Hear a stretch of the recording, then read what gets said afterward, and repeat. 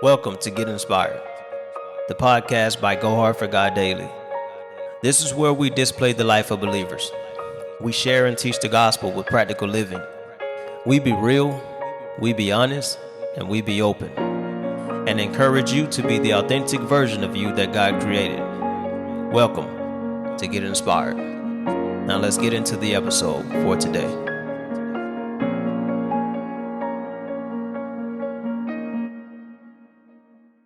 What's going on, everybody? My name is Kirby Love.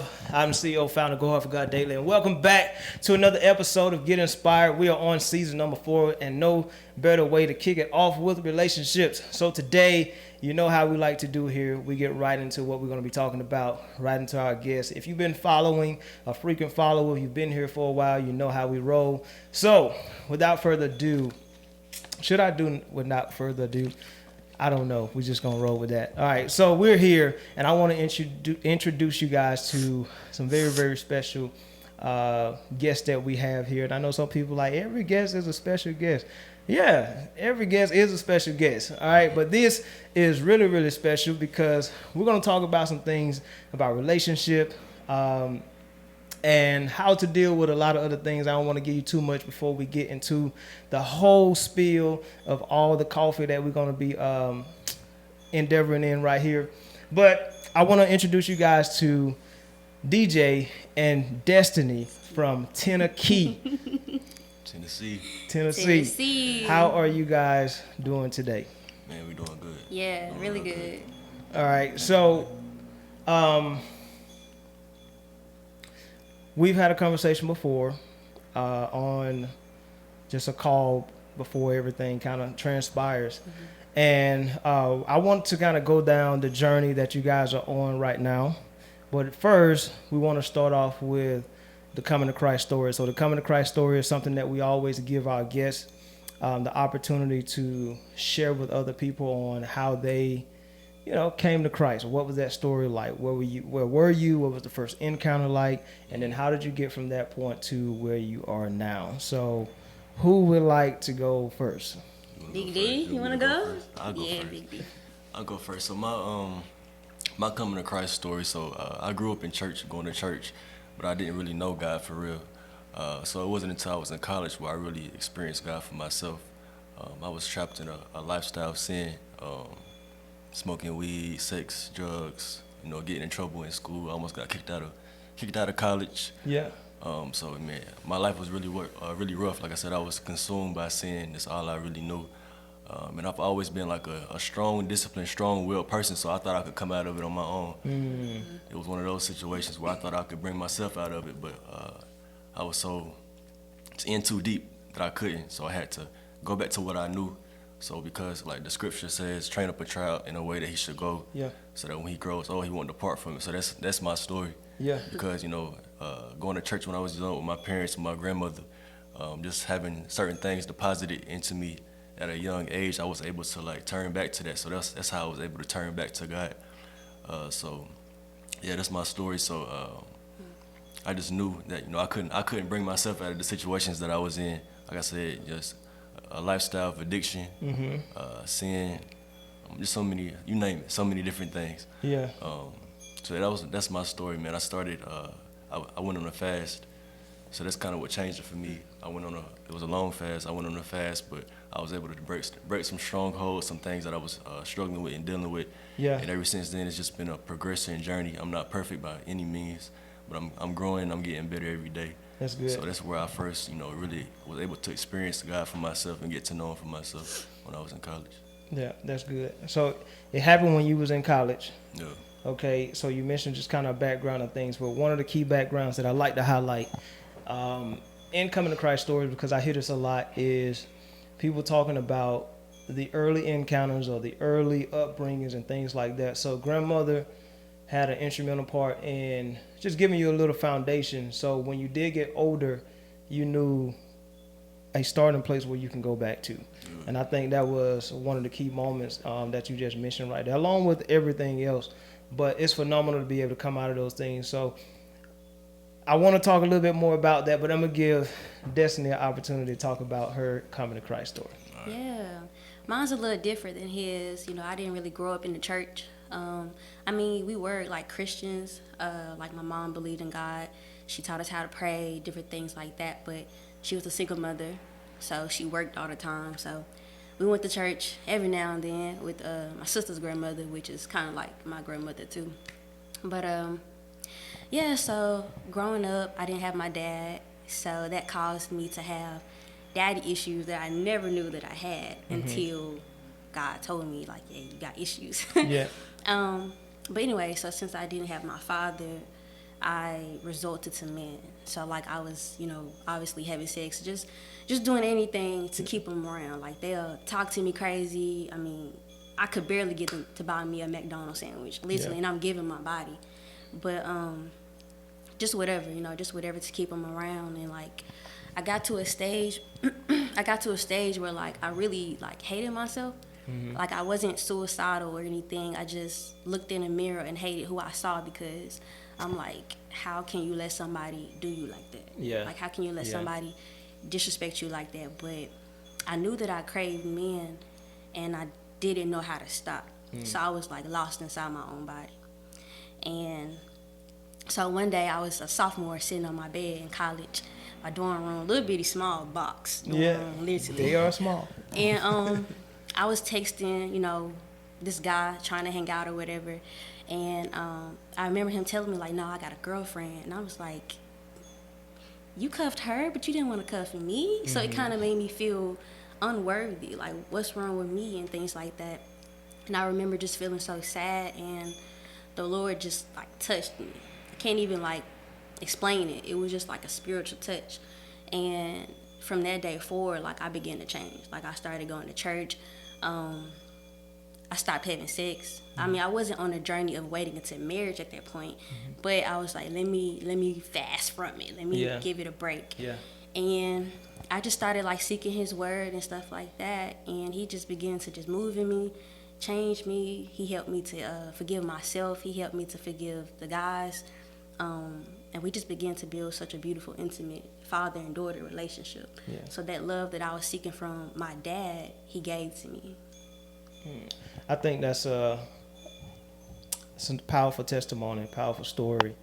One of the key things for anybody, no matter, I don't want to just say for believers, I think this goes for anybody, but especially for believers, is to start understanding value. When you don't have a value system, when you don't understand the worth that you are and the price that's been paid for you, then you can never really grasp the concept or the fullness of who you really are and how much you're able to impact the world, because you're trying to constantly receive from so many different entities. And the moment you start realizing and understanding value is the moment where, like, the whole mindset shifts about what you're able to do and what you're going to do. And I think as you start understanding value, because that's one of the things you mentioned as, I stopped doing these things, I stopped doing that, I stopped doing that. And even for like just understanding your body, and that's a whole other conversation, we can go into that. But when you start understanding that, like, if I give myself away, that's either a strong piece of me or all of me. Yeah. And for male and female, usually males don't really see it that way. But for male and female, that's a strong piece to give away, and you can never get it back, right? Because now you deal with the mental side of things. So even when you start transitioning, so we start coming to Christ, there's a part that says, well, I've done this. But the good thing about the good news is that it's like we don't remember that. Yeah. Here's a new you. Here's a new start.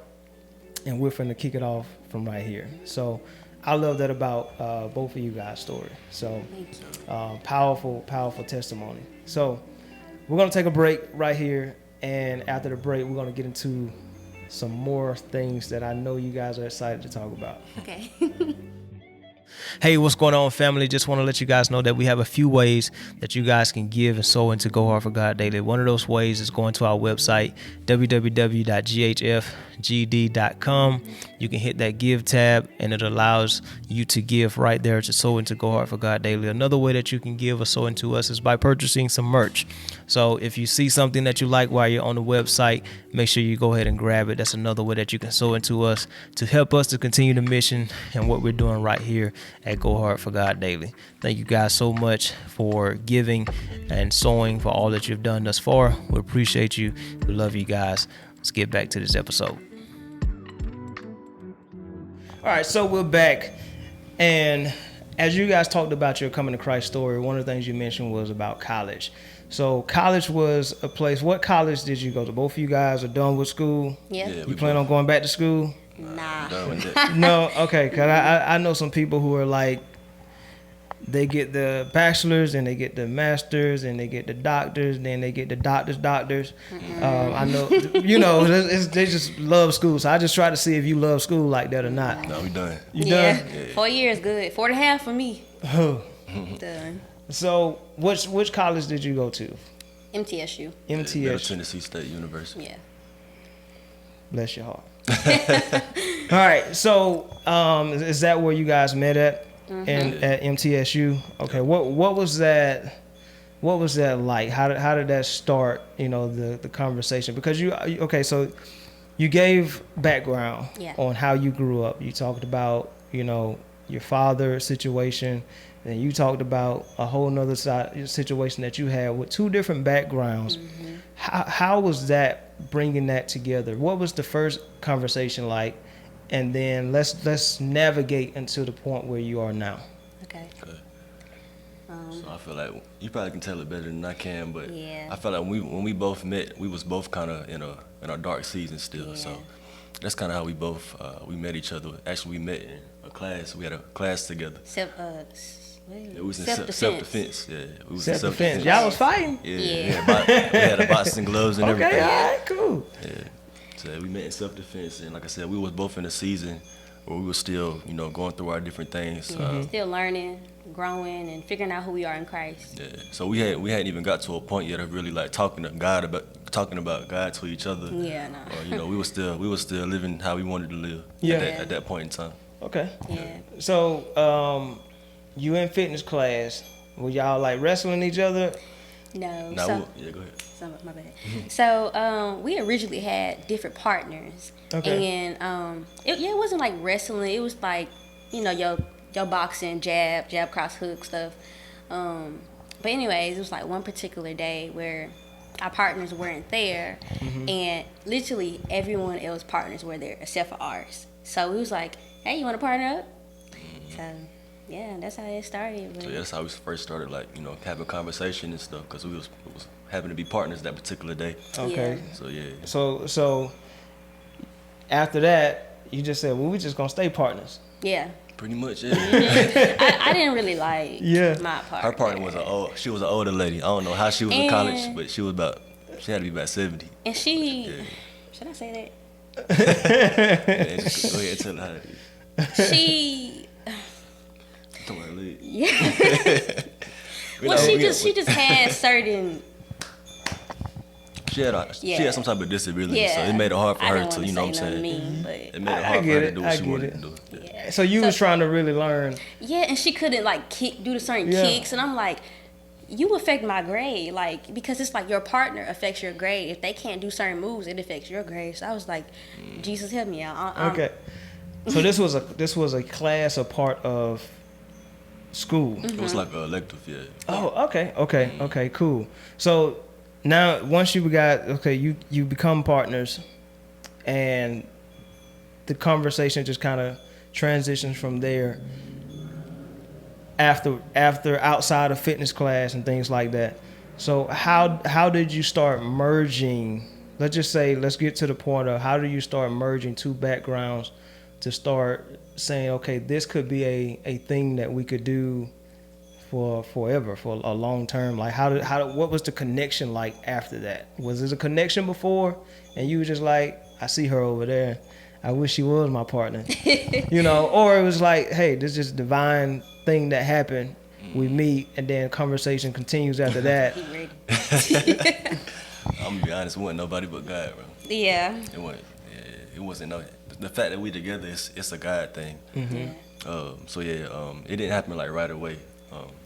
So you wanna tell her? You want me to tell her? I'll do a little bit and then I'll let you do it. Okay, so it didn't happen right away. So it was like years later when we first like kind of connected spiritually. So that's really like what really drew me to her. Is her like her spiritual, because I was growing spiritually at the same time. So and it's hard to find like females that's really, you know, that got good morals, that, you know, that love God. So that's what really drew me to her. So that was like years after the class. So we was friends for a while. 4 years. Yeah. Y'all was friends for 4 years. So y'all were done with school. Yeah. Well, hold on. Y'all was still. It wasn't, I don't think it was 4 years. Was it? It was like my sophomore year when we had that class together. No, we were friends for like 4 years. We didn't start dating until 2022. And we met in 2018. I guess it was 4 years. So 4 years. You just said something here. So you had started to pursue God during the class, while you was going through the class, or after the class? After the class, yeah. After the class. During the class, I was still doing my own thing. Still doing your own thing. You were still doing your own thing in the class, or you had just kind of started to, you know what I'm finna. I started to. I was like a baby Christian. Okay. And you know how that go. You Okay. kind of slipped into the world. Yeah. Then you in God another day. So Right. I was like that.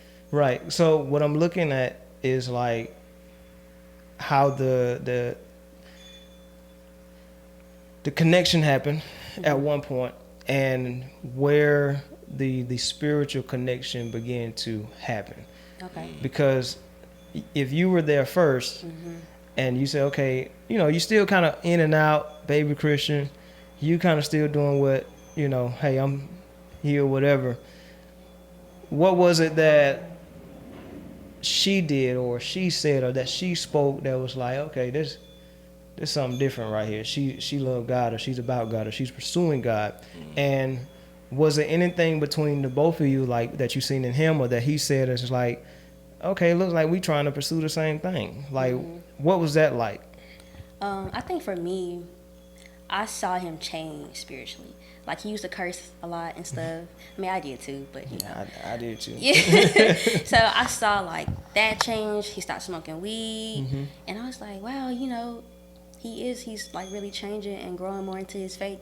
And I remember one time I was talking to him about fasting, and I was like, I think I want to do, you know, a 3-day water fast. I was like, but I'm kind of scared. I don't want to get sick and stuff like that. And he was like, well, I've done it. He's like, it's okay. It's a very, you know, really good thing. You can get really close to God. And I was like, wow, he's fasted before. That's interesting. That's good. So all that stuff kind of like really drew me to him.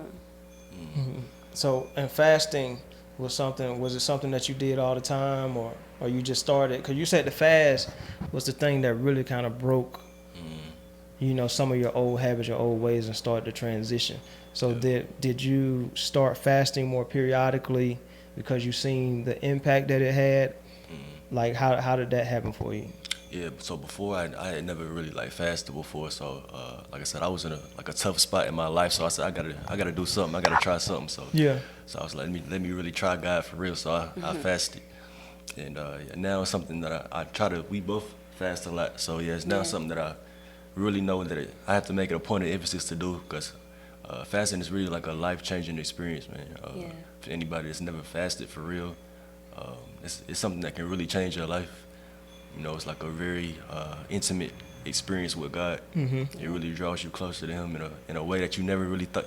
You may not have thought that you could get that close to God, but you know, fasting can really draw you closer to Him. So it's something that's very important to me and also our relationship. Yeah. That's good. That's good. I want to transition a little bit into the relationship side, because you were dating for what, so you was talking for about 3 or 4 years. Let me just clear it up. Yeah. Yeah, Somebody got to tell the story. We need to go back to now. self-defense class. So it started with, okay, I liked him a little bit. Okay. So at first I was like, nah, I'm good. But then again, once we started talking, I was like, I like his vibe. So I started to like him. And I was pushy back then because I still had daddy issues. So I was the seeker. I was the hunter. So I was like, when we gonna make brownies? I wanna come over and make brownies. Yeah. And he didn't like that. Like, he didn't like that I was the aggressor and stuff. Like, so it was months before he even agreed to it. And anyway, so we made brownies and we were just chilling, whatever. And after that, I feel like we just kind of started to. We was friends in my head, but I don't know if we was friends on his end. Yeah, we was friends. Oh, okay. Yeah. Well. Yeah, we was friends. Yeah, but like she said, at first that she liked me. At first, I didn't really like her I ain't like her like she liked me. Yeah. So that's something like that grew over time. Like I said, it was really like her spiritual growth. And I started to see how she walked. You know what I'm saying? Her obedience to God, and it was something that was real. It wasn't fake. And like I said, it's hard to find that in a woman. So that's always something that I always wanted, a godly woman. Yeah. So that's what really like drew. I think that's something that really drew us together. So you seen him grow. Mm-hmm. He's changing, and you like, okay, he really about that life. Yeah. All right, and then from there you started getting even more interested in him because you was a little bit interested. You didn't know he really liked you like that. Yeah. Well, he said he wasn't really like that. Yeah. But so let's just move forward into where you just fast forward into how you get to the place now, like with your brownie stories and all of that. Okay, so back to like the little jab cross hook is what I call it, self-defense class. So after we linked up for brownies, we became cool friends. Okay. And we were friends for like I said, 4 years. But the first 2 years we were like, rocky. There were some seasons where we didn't talk, and then we would end up having a class together. And we were like, oh, hey, what's up? Every time I'd be like, there she go again. Yeah. And then boom, we linked up. You couldn't get away from him. Man. We couldn't. Then we was friends again. And it was like a cycle of that. We would stop talking. Yeah. We would have a class. We would start back talking. Yeah. So after 2 years or whatever, we were friends. It was a point where I was finna cut him off as a friend because it was like one day I was stranded or something. I was calling him, and he just made me mad for some reason. I was like, you know what? I don't want to be friends with you no more. And God knew. And it's like after that, I don't know what the Lord spoken to him or did to him, but he was an amazing friend after that. So Wow. the last Bad thing. So yes. you had to get cut off to get right. Basically, yeah. It was like the last 2 years of our friendship, which was year 3 and 4. Yeah. Great. And then year 4, we started to like each other. Year 4, we were. That's when it became mutual. Yeah, and that's when we were on our spiritual growth on year 4. Okay. Yeah. Now I'm tracking. Yeah. Now I'm tracking. So, it seems like a really, as you mentioned, you said it was a God thing, but it seems like a very intentional journey, right? Not perfect, which is most of our story. Yeah. It's not perfect journey. It's not everything was right and then, hey, we happily married. No, everything don't always happen like that. But I love the fact that there was some sides that you were kind of able to see, right? It was like maybe there was some inconsistencies here or maybe there, but those are the things that are necessary in relationships in order for you to be able to like really gauge where somebody is. If somebody is perfect 24/7, I ain't saying that they can't be like always uppity, but Yeah. dude, Right. yeah, something ain't right. Yeah. Something ain't right. There's some type of motive. At least this is my opinion. I believe there's some type of other motive if somebody's just always right and gullible at all times. But I think, like you said, you was about to get ready to cut off. Did you know you was about to get cut off? I had a feeling Yeah. because she had never been like that before. Yeah. So I had a feeling something was going on. Yeah. She was Yeah, shortchanging you. Yeah, she was real short with me. Yeah. And what's crazy is Texting back slow. yeah, I was dull. What's crazy is God told me to tell him how I was feeling. The third time that he texted me, actually. And I was like, okay, God, I'll tell him. And I was like, look, this is what it is. You made me feel this way, blah, blah, blah. And he said, well, I apologize for making you feel that way. And I was like, okay, we're good. Yeah. And then we're friends again. That's good. So did you feel like you can start being open with her about certain things? Like, how was your background communicated to her to bring forth to have like a mutual understanding of where each other were, because backgrounds matter.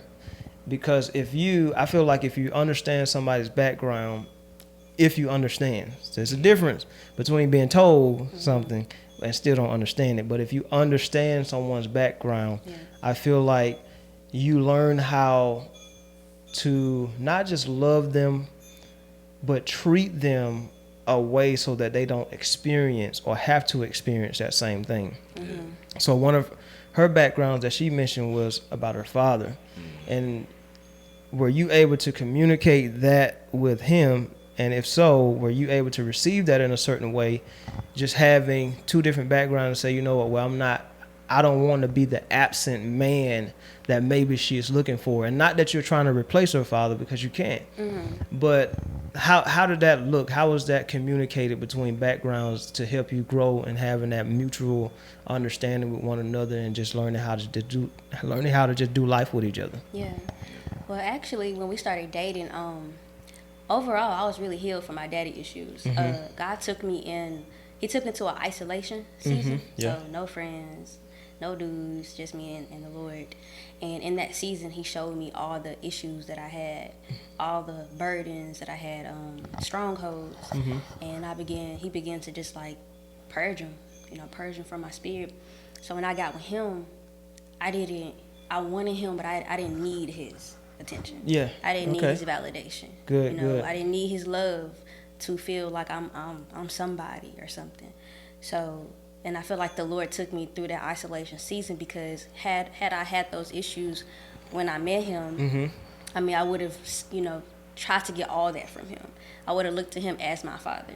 So, but he would ask me a lot of times, like he would ask certain questions trying to see if I still had daddy issues. And I'm like, can you just ask what you want to ask? Yeah, because I know growing up, I was fortunate and blessed enough to have my father in my life. And I understand that growing up without a father, that can be, that's a traumatic experience, because your father can, give you so much, teach you so much, the love that your father, especially for a woman. So that's something that, early on in our relationship, we really made a point of emphasis to really emphasize. I wanted to give her that love that she needed as a woman too, because I know she didn't grow up, around her father. So yeah, that was something that was important early in our relationship. Just her struggles, my struggles. Something that's something that we had to work through and communicate with each other about. That's good. Well, I'm glad that you were able to kind of see that through and continue to grow. So we're going to dive a little bit more into some other things after this break. Okay. Hey family, just want to let you know real quickly, a couple of ways that you can follow us is on TikTok. You can follow us on Instagram, or you can subscribe to our channel on YouTube. If this is your first time, hey, let us know it's your first time. Like a video, comment on a video, share a video, whatever that looks like for you. But follow us on all platforms at Go Hard for God Daily. That's at Go Hard for God Daily on TikTok, Instagram, and YouTube. All right, let's get back to this episode. All right, so the next thing I want to get into is how difficult is it to be young in college and trying to follow Jesus? How difficult? How is that like? What was your experience like in that? Okay, you want to go first? It can be. I'm gonna be honest. It can be hard. It can be very difficult, especially when everybody around you still doing the things that you're trying to get away from. So your circle is still the same people until you progress. You slowly start to separate yourself from people. But at first, especially, it can be difficult. Just trying to learn obedience. That's for me. That's one of the things that I really admired about her, was her obedience. That's something that I struggled with. It was hard because I was telling her the other day, I'm not an easy person. So it's hard for me to submit and be easy and to obey. So that's something that I really struggled with and wrestled God with for a while, was obedience. So to really walk with God for real takes submission and obedience to truly good. do it. So that's navigating that through college. That's something that I would be in and out for a little while. So that, I understand that's a part of the journey. Yeah. But for me, that was my experience. It can be difficult, but it's doable. College is Sin City. It is the devil's playground because, like, when you go there, everybody want to drink, they want to party, Yeah. they want to smoke weed, they want to Yeah. have sex, and if you're not really doing these things, it's like, what you doing? Yeah. It's like you're lame, like. So just trying to follow Christ, like, they might believe in God, but they don't care for Bible studies. Yeah. They don't care to sit with you and miss a party to pray, So if you're doing these things, you kind of get looked at as that she's the Jesus freak, or whatever. Nobody want to talk to you because you. Right. We know you over there. You get those little slide coming in. We know you want to go do your Bible Bible study. thing. Yeah. Go ahead and reach your devotional. Yeah. Yeah, and it's like also with even trying to date and be in college and live for the Lord, they not waiting. They are not waiting for sex. So it's like you'll kind of be a little loner. Yeah. And like I said, all your friends are doing these things, so it's like, how will you really have a true friendship with them if they're doing things that you don't want to do? That's just like I've lost a lot of friends. One of my best friends actually, it still hurts to this day that we're not friends. And I was thinking about this the other day, and I was like, God, man, I was like, God, I just wish that it could have been another way. Because we had a bond that sometimes I don't know if I'll ever find again, But the Lord told me we were going to stop being friends before we stopped being friends. And, so there would be times where, me and her and some of my other friends, we would all hang out and, they're hot boxing, they're smoking. I'm like, well, I don't want to smoke. I'm finna get out the car. And it's all like, man, come on now. You lame. And it's funny to them, but to you it hurts because it's like, man, I'm just trying to follow Jesus. I'm just trying to live life right. So when you're trying to follow Jesus, mentally it's hard too, because it's like, well, what do I do, God? Do I choose you or do I choose them for now? And I can see that being difficult being young in college. It's different if you're about 28. Some folks 28 still be having problems, but if you're 21, 22, or 18, 19 and you're in college, especially when you just getting freedom. You get that level of freedom where you ain't at home no more. You basically have to be responsible for all of your actions now. Yeah. At one point, you had a little covering. Mom can say you sometime and say, hey, well, tomorrow you ain't going out or something like that. But at this point, you're quote unquote free. Yeah, that was me. I wild out. Yeah. And I think, and I'm glad that you guys have been open and honest about the experience, because this is what a lot of college kids are dealing with. They're experiencing being young, being free, and oftentimes you hear well, you only live once, or you need to live your best life while you're young and things like that, when really, to tell you the truth, you don't know how old or how young you are. Yeah. People say you have until you're 60 or you have until you're 40.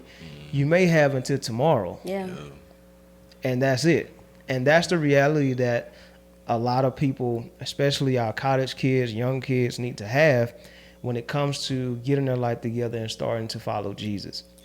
So while you're in college, you're losing friends, and those friendships, like you said, can hurt to lose them. But when you weigh your options, it's like, well, which way would I rather go? Would I rather choose this friend who's willing to live for the world continually? Yeah. Or do I want to make the sacrifice to break that off and follow Jesus? Yeah, that was kind of my situation. I never knew I never knew that following Christ would cost so much. Yes. I never knew that. Nobody ever told me that. I had to experience that for myself. So I had to, like I said, it takes submission. You gotta give up stuff.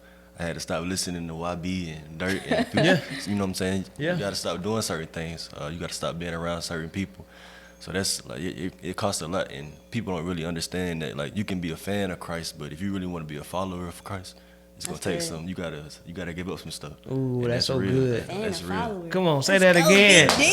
You could be a fan of Christ, but you need to be a follower. Man, come on, we're gonna put that on a shirt. Being a follower is not easy. Yeah. Nah. That's why I say we gotta take up our cross and follow Him. Yeah. The cross can be heavy. Absolutely. And losing things come with following Christ. Yeah.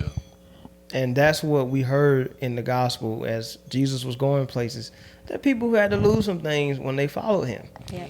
But it wasn't that they wasn't gaining something greater. Mm-hmm. I think that's the perspective that we need to have. So when you talk to other college students or other college kids where you are,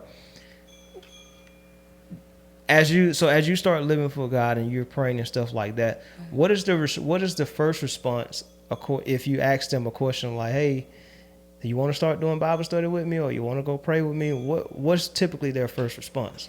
Well, I never really asked about that, but like I would just talk about different things that I was doing. Like like it was one morning I was finna go to church, and my best friend at the time, you know, she didn't want to go with me. Like a lot of my friends didn't want to go with me, and I would ask them like, "Hey, y'all want to go to church with me?" Yeah. And they was like, "Nah, we good." And it was like one time they went and they were just acting a fool.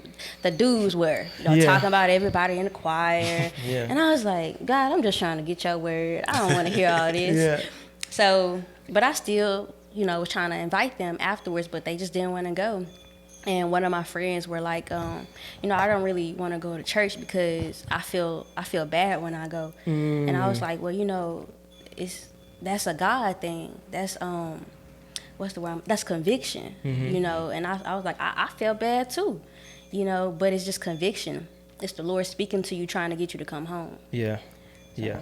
But yeah, so like I said, that was difficult being the only person in your friend group that want to go to church every Sunday, despite the weather, you know. So like I said, following Christ, like he said, that cross is heavy. You're going to lose people, but it's worth it. And I feel like when you in college, you don't want to follow Christ because you think you're not going to have no more fun. That's what a lot of college kids is like. The misconception. Yeah, it's like, but I promise you, when you follow Jesus, you have the time of your life. Yeah. Like, I still have a good time, you know. Just because I don't want to get drunk doesn't mean that I can't have a glass of wine. I can't have a little margarita, you know, but I'm not finna go overboard with it. Honestly, there's no fun in getting drunk. You can't remember stuff. You might do something that you will regret tomorrow. You're going to throw up. I mean, how's that fun? Absolutely. So I feel like the world has tricked young people to thinking that sin is fun, and it's not. But like I said, once you follow Christ, he shows you what fun truly is. He shows you how to really live life abundantly, you know, versus living it the way that the world told you that you're supposed to live it. Okay. Yeah, I think the best way to approach people is with just allowing them to know that we're not that much different. Yeah. Like the things you're doing right now, that was me at one point too, and just pointing to God and saying like, this is God. God changed my life. It's not anything that I did in my own strength, my own power. I was doing the same thing you was doing, probably even more than what you was doing. Right. Yeah. So just coming to them in that place of kind of like, you know, relatability in a way. You know what I'm saying? Yeah. Yeah. I think it's a good point that you were making right there about, you know, just telling people like, look, man, we're not too much of a difference, right? And I think the context of that is you're doing this, and I was once there before, like you mentioned. I've been there before, but you can change, right? Yeah. I think it's important to be able to meet people where they are. And as young people, you know how to be relatable with them, right? And I think sometimes for just where we are, it just depends on where you are anyway, it's harder for older people to reach younger people. Yeah. So it's important for us, I ain't gonna say us because I'm not old, but it's important for, I think, older people to be able to have conversation with younger adults, you know, like yourselves who are younger or who were in college or are in college, to say, hey, what are the people like? What are the kids like now? What do they need right now? So I think with you being able to just recently experience that, how long you been out of college now? About a year? Like 2 years. 2 years, Yeah. right? So you're still kind of fresh on what's the talk right now? What's the, you know, is no cap is the new, you know, we weren't saying that when I was in college and when I was in high school. So, but you understand where they are right now, how they communicate right now, and you're not necessarily having to do what they do to get them, Yeah. but you know how to enter into their environment because you understand them, right? And I think that's a really good thing. So with that, I want to transition a little bit into marriage, because you guys are married now, right? So we went through all of your college drama. Y'all were fighting each other. Y'all weren't really fighting each other, but in your fitness class and things like that. And you dated for 3 years, and then you got, you had this commitment, right? You committed to one another, saying, okay, we're going to really do this thing. So before we just jump to marriage, what was the thing that led you to say, I want to marry you? That's a good question. Let me listen. That's for you too. Oh, well. But yeah, what led me to say I want to marry you? Kind of going back to what we was talking about earlier, just seeing her spiritual growth. That's a rare thing to see in today's women, especially my age, and just her overall love, her heart. You know what I mean? And the way that we connected, not just spiritually, but just the way that we connected as friends. Yeah. So I think that's probably the two biggest things: our spiritual growth, our spiritual connection together, and also, we just have a lot of fun together too. We actually friends. We lovers and friends. That's really us for real. Yeah. That's good. For me, I would say, so it was a season where we called ourselves trying to start dating or talking. And I got scared because we were friends. Yeah. And I was like, okay, I don't think I could do this. So I kind of ended it. And I was back and forth with him, not going to lie. We would talk / date. Then I would end it. Talk, I would end it. Talk, I would end it. Like 3 playing times. games. Yeah, I was finna be done with You it. say, look, why you playing games now? This was 3 times. But anyways, after the 3rd time, his mother actually reached out to me, and she found me or whatever. So she found my number. She reached out to me. She was like, hey, I think he needs a friend, yada, yada, yada. So I reached out to him. I went up there that weekend. We hung out. And I remember telling him, I was like, I'm so sorry, DJ. I'm so sorry for playing with you, playing with your feelings. And he was like, it's okay. Like, just like that. It's okay. It's good. And in that moment, I knew I wanted to marry him because he showed me a characteristic of God, which was forgiveness. Like, he didn't hold none of that against me. Yeah. And that day that I went up there, he had an entire day planned out for us. We was in Gatlinburg from 9 a.m. to 9 p.m. Okay. And what kind of man is going to do that after a girl stopped talking to you 3 times? That play with your feelings 3 times? It was 2 times. No, babe, it was 3. I remember. But yeah, it was like 3. So I was like, yeah, this is a man I want to marry. A man that can forget, my trespasses, forget my wrongdoings and love me anyway and still cater to me and stuff. Yeah, I want him. That's good. That's good. My boy had that thing in Gatlinburg. Yeah. I've been up there using the It cabin. was so great. I went no cabin. You We ain't just do the going, cabin? we were just Going doing with the random flow. stuff. You just went with It wasn't really even planned. We were just having fun. Just having fun. That's all right right there, man. That's all right. So before you guys got married, you had a season or a time when you were dating but separated, right? How is dating and being separated? What's that like? It can be hard too. So you have a long distance relationship, right? Yeah. How is long distance relationship? It can be hard too, because like we all know, communication in any relationship is important. So when we're not together, that make communication even harder. So we talking on the phone, we texting. She thinking I'm saying one thing, I'm really meaning another thing. So it just make everything more difficult. It really do. But we managed it by the grace of God. But my experience, it was hard. Yeah, like he said, it was very difficult. We tried to talk on the phone as much as we could, but obviously we work, we got other things to do, so phone time sometimes would be limited. I felt like we text more than we would talk on the phone. And then he's not really a texter. Man, texting drive me crazy. In the beginning of our relationship, I wanted to text from sun up to sundown. I'm like, it's about long paragraphs and stuff. I'm like, we're long distance. I want to talk to you. And he's like, well, we can talk about this on the phone. I'm like, well, that's when we get off work. Like, I want to talk throughout the day. But we would still text throughout the day. But it was just like, just a little bit. But it was still good. But yeah, I feel like that was also difficult. Also, not being able to hang out with them when you want to. You know, yeah, the yeah. fair might be in town. You want to go with your boo, but he 2.5 hours away. Yeah. So you can't do that.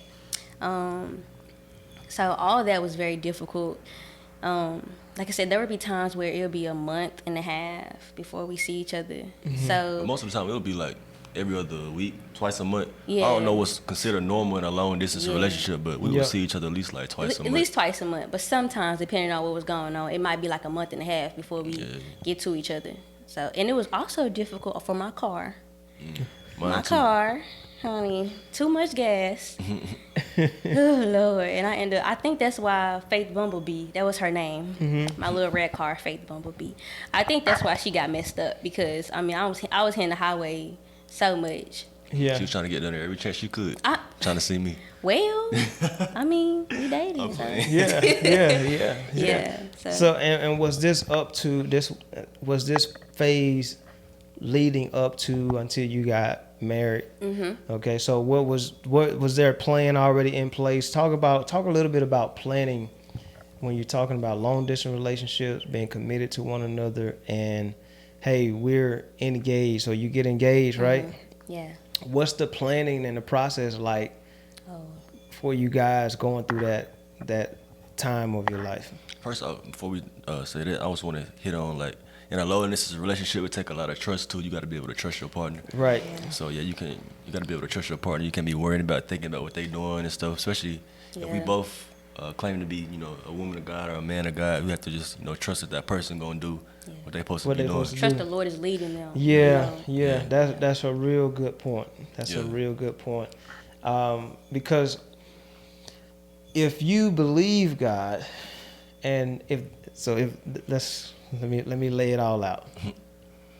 If they say that they are a follower of Yeah. Christ, right, and you believe God, then you trust God enough to lead them, Right. so that you don't have to have insecurities to cause you to have all these doubts and go through old stuff. So that's a real good point. Yeah, Yeah. that's good. But you said as far as navigating, like, Long distance relationship. While engaged. yeah, Well, I feel like it was kind of difficult, very difficult then, because we're trying to prepare for a marriage. We're trying to get us a place together. We're trying to like look at houses being long distance. So I had to travel even more, and it was me having to do all the traveling because obviously I was moving up there. I mean, he was a great man though. He would give me gas, all that, as he should. But so yeah, like all that was difficult. But also, I mean, I feel like in that season of being engaged, you really, really want to spend a lot of time together to really, really talk about marriage. So we did all that over the phone, but I think that stuff is really good to talk about in person, talking about money, talking about tithing, talking about all these other things. But we had to really be intentional with carving out time of our days to talk about all these things. And we did. I think we did a great job. We also had couple books that we used to do over the phone, over telephone phone. And we would like read these things out and every Tuesday and Thursday. Yep. We'll read them out. So I think we tried our best to navigate it, but it made it difficult though. Because everything was over the phone. Everything was over the phone, a long distance relationship. Yeah. So when we come back and get ready to close out, I want to dive into the last piece before we end this episode with you guys. Okay. Hey, I just want to take this moment to let you know that you too can share your story on the Get Inspired podcast. There are two things that you can do. You can either go to the website, www.ghfgd.com, hit that Get Inspired tab, and you can fill out the form right there, or you can email us. Our email is contact@ghfgd.com. You can email us your story, your testimony, and we look forward to connecting with you. Or you can fill out the form on our website, and we look forward to getting back in touch with you so that you too can share your story right here on the Get Inspired podcast. Peace and blessings.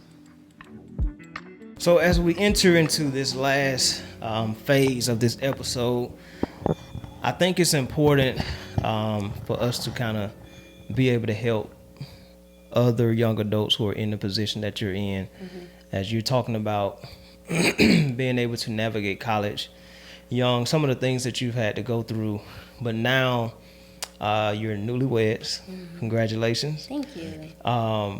What are some, according to the things that you've had to experience, what are some words that you can speak to young couples who are, number one, who are in college, Okay. and then number two, who are looking to have relationships and eventually become married?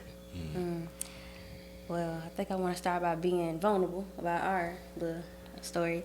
So when you're Christians and you're dating, it would be very hard to remain abstinent until you're married.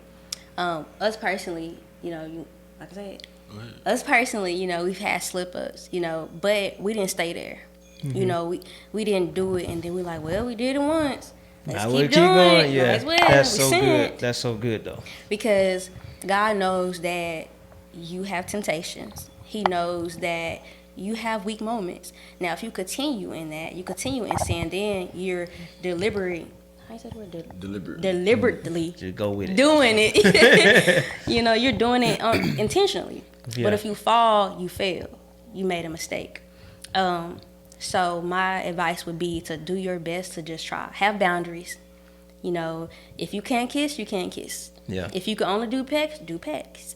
If whenever you guys hang out, if you have to leave at a certain time, you have to do that.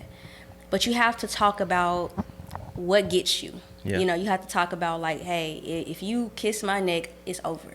Yeah. Or if you kiss me on the lips, it's over. You have to talk. You have to be honest to talk about those things. And we had to talk about that. Like, we couldn't sleep in the same bed together. Me personally, I can and not really, But you don't set yourself up that way. Yeah. She said she can, but I say something different. Yeah, you don't want to set yourself up that way.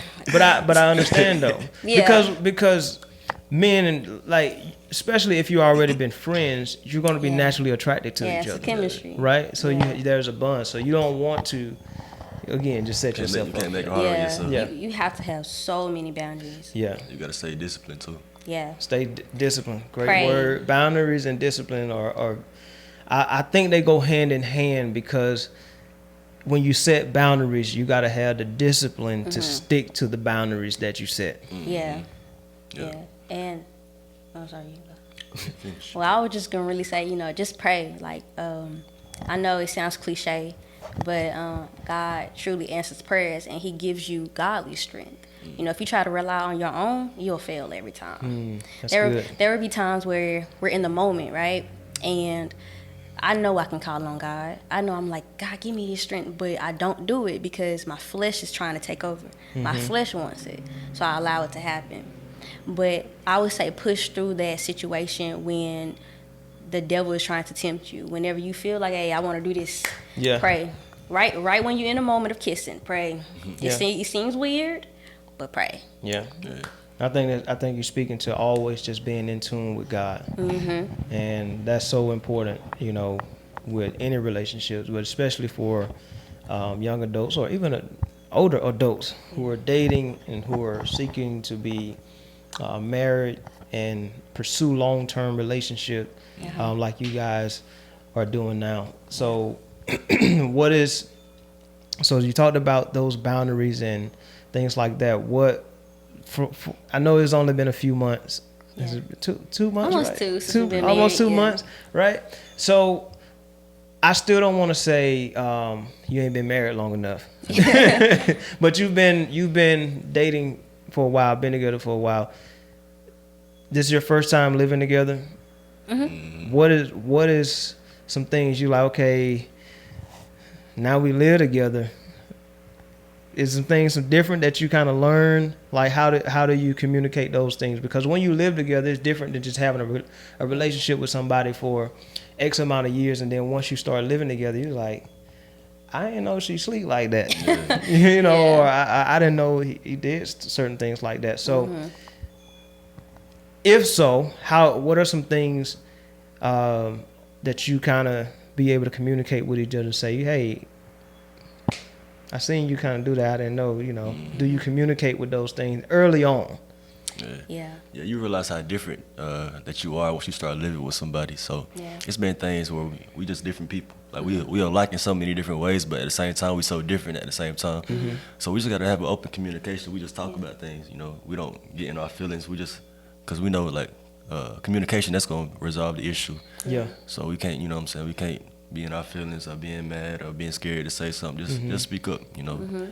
So you put communication at the top priority of your marriage right now. Absolutely, yeah. That's a great thing. That's a great thing. And it's so cliche. People here they go with communication, but it's so It's real, so essential. true. Yeah. Yeah, you don't realize it until you actually in it. But that's one of the most important aspects of it. You got to be able to communicate. Yeah, and you have to communicate to receive. You don't want to just communicate and then you let it go in one ear and out the other. So you have to sit down and listen. Like don't just be so quick to speak that you're not listening to your partner. You know, and try not to be defensive. I used to be very defensive. He knows, but just sit there, listen to what they have to say, and know that. You know, you guys just have you guys are two different people. So you might not agree with why they telling you this. Yeah. You just gotta respect it, you know. And you also have to communicate. It's one thing I'm working on now. You got to communicate in a loving way. Yes. I can be a blunt person, so I just Yeah, kind of say be how I gentle. feel it. But like you said, you got to be gentle. Yeah. You got to be, you know what I'm saying? You got to be cool. You can't Yeah. just say everything how you want to say it. Yeah. Yeah. That's so good that you guys are putting communication as a key and top priority in your marriage early on. You know, some people don't do that first. Sometimes people come in with the old stuff, they get married and they still kind of battling those things. But I think being able to tackle the bigger things now, little stuff make bigger things, but communication is like both. Yeah. It's like it can be little things and it can be big things. Yeah. And the little things can be because there's different ways to communicate.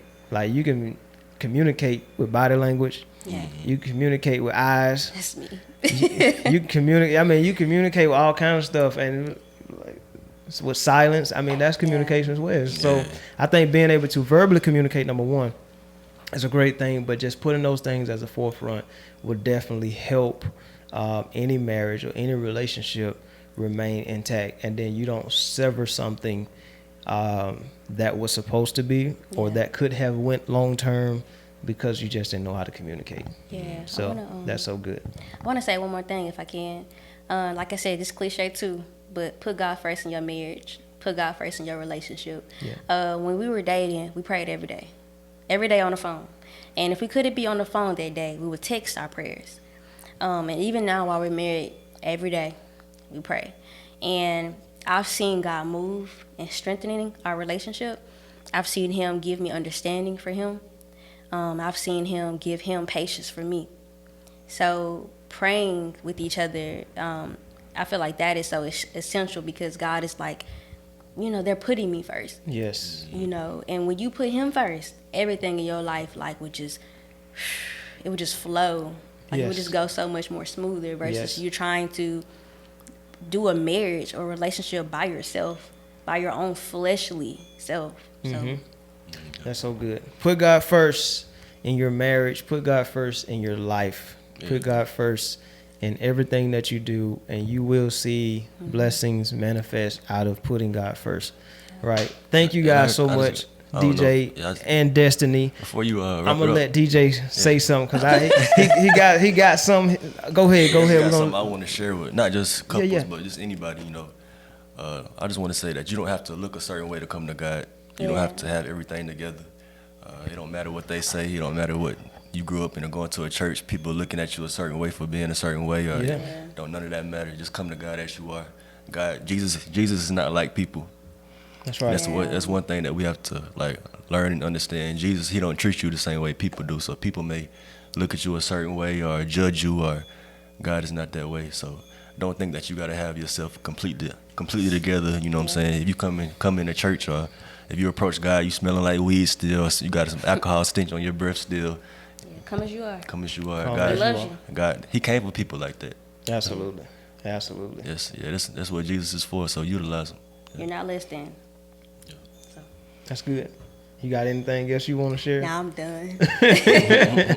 Listen, I want you to get it all out. Yeah. But I ultimately though, it's good because I'm going to make sure that the people on the other side of this have things that they can take and start applying to their life. Yeah. And what you just said is profound. It's powerful. It's key. You talked about putting God first in your marriage and relationships. You talked about coming how you are. You talked about also meeting people where they are. So many great points and things that you've talked about that you've mentioned so far. So I'm grateful that we were able to sit down and have this conversation and just kind of learn a little bit more about you and have some practical things from marriage, dating in college, relationships. Don't be fighting. All right, take classes, but don't be fighting. All right. So, but again, so good, man, to have you guys here. This is Destiny and DJ. If you want to follow them on their pages, we're gonna have all of their information in the. I was about to say the comment section, but it's going to be on every place that you hear the podcast, whether you're listening on YouTube, to our Spotify community, our Apple podcast community, and the website. All of the information is going to be there for you to be able to connect with them if you have questions about dating while you're young, dating in college and things like that. This is something that they have experienced and went through, and now they're newlyweds. So we're going to congratulate them as well. All right. Thank you guys so much for tuning in to today's episode. We look forward to season 4, full of relationships, marriages, couples, just being able to share their backgrounds and their stories with us. Appreciate you guys. Grace and peace. Peace and blessings. We'll see you guys in the next one. Peace.